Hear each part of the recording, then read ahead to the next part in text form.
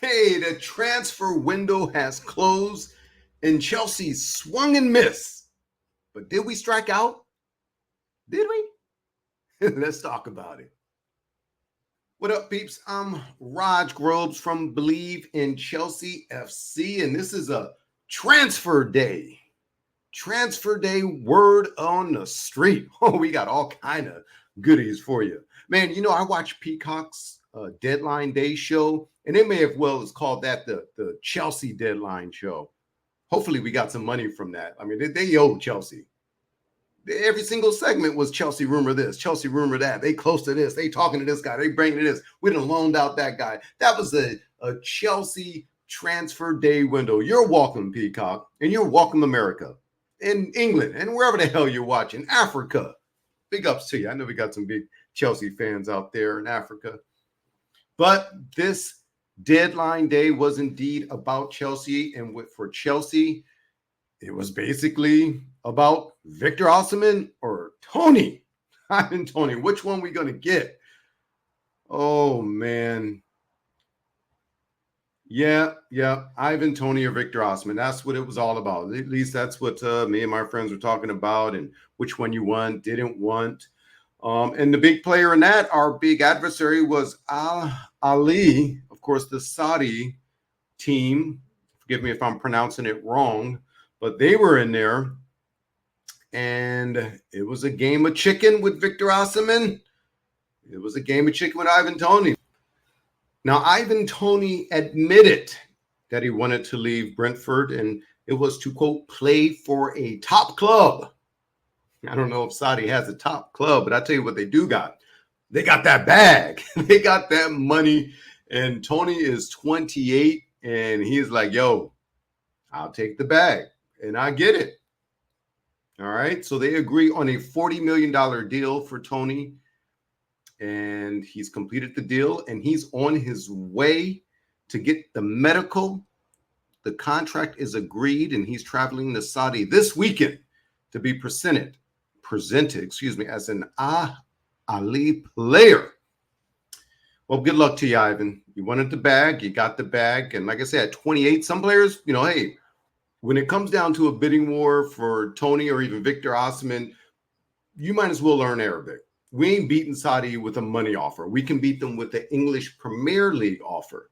And like I said, Toney is 28 years old, and he chose the money offer, and that's fine. You choose the bag. If you're choosing the bag, we're going to lose when it comes to Saudi.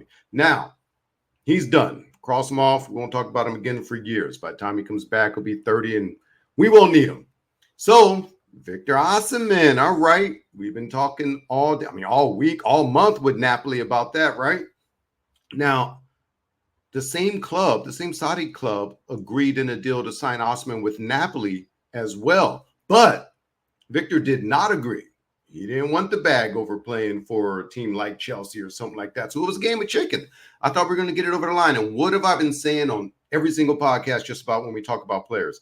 For Chelsea, it's more about the salary.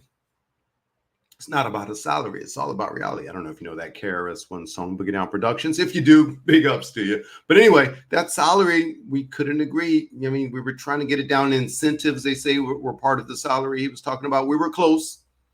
In previous transfer windows, Osimhen has been priced out of a move from Napoli. And there was a release clause in his contract understood to be worth around $110 million. So I don't think that scared Chelsea off as much as the wages. I've said that all along. So it was a game of chicken, came down to wages, and it didn't work out. And look, I'm okay with that. This team isn't a striker away from being top four. That's not the issue. Have you seen the back four play defense this preseason and regular season? Yeah, it's going to be up and down. It's a track meet. So, and another thing, when you're desperate, don't get desperate. Then you wind up overpaying. Remember how we got played for Moises Caicedo? Yes, I love Caicedo. Yes, I wanted the Ecuadorian here. Yes, I'm glad we got him. But look how we got played. That was because we're desperate. Liverpool comes in, they make an offer, and it looks like we're going to lose them. So then we got played. Brighton played us. Simple as that. I didn't want to get played here by Victor Osimhen and his agent. So guess what? We didn't get him. All right. Now, people might be asking, why did they want a striker so bad? So Nicholas Jackson, of course, is the striker, along with Mark Yu, but Nicholas is the main guy. He's Chelsea's current striker, and he joined the club for $38 million last season. He scored 14 goals last season, but the difference between goals and expected goals, that's the number of goals that can be expected to be scored based on where and how the shot is taken, was the fourth lowest in the Premier League last season at minus 4.6. So look, I'm not a big analytics guy, but if you watch Chelsea, there's a lot of meat on the bone with Nicholas Jackson, wasn't it? So that's why they would like a striker. It'd be kind of a luxury, but I don't think it makes us all of a sudden the top 4 team. Like, come on, let's not get desperate. Let's not get played by a team or an agent and a player. You know what I'm saying? So, and Toney's differential, if you want to compare it to someone, Ivan Toney, even though he's gone, he was a plus 1.3 difference per data that's from FB. So Ivan Toney, his penalty taking success rate, 92%, ninth all time. He don't even look at the ball.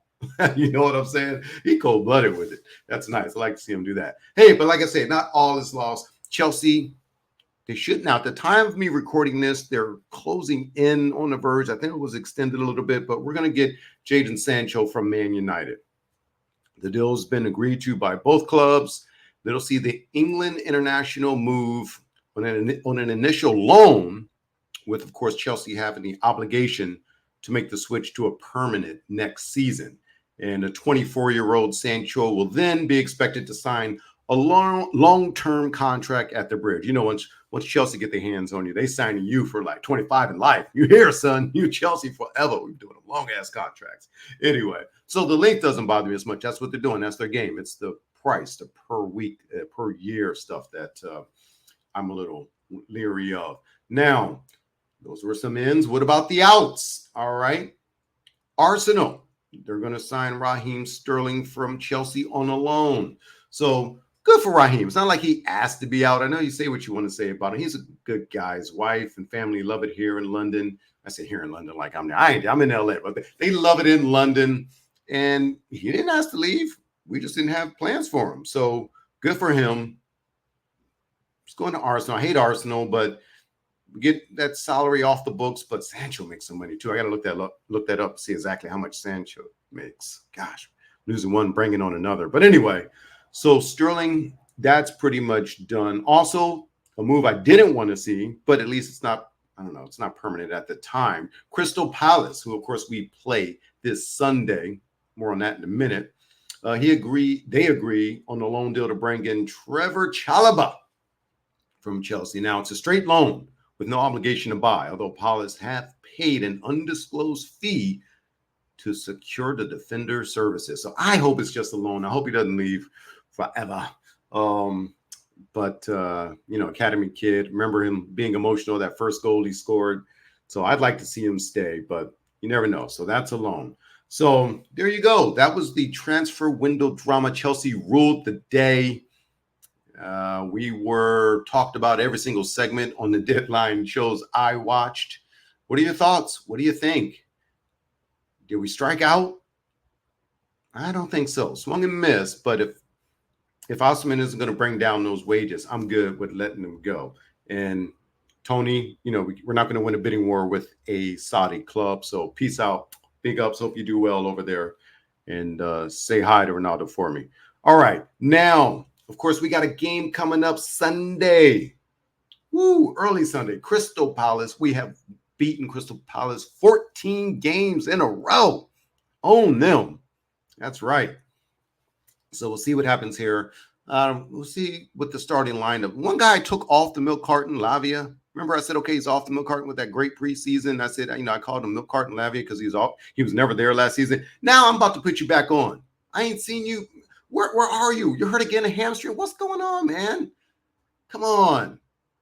This midfield was the strength. Now we're just getting run up. And listen, I know you saw, I don't know if you saw the Survey game, very difficult to see, but this defense still leaky. I know it was a rotation. It wasn't a normal one, but the defense is still leaky. We're always talking about attackers, wingers, we bringing in strikers. What about the damn back four? I'm worried about that. Maybe it's just I like the young talent on paper in theory, but I need to see it come together, and I haven't seen it come together yet. So hopefully we start locking that down a little bit. And one more thing with this Crystal Palace, enough of the Mudryk experience. I've seen enough. I know you started with Servette in the conference league in the little bootleg tournament we're in. I don't need to see him even out there anymore. Starting line, I'm not going to go through the whole start 11, but on the left, Pedro Neto, let's just go. You've been there long enough. You're conditioned.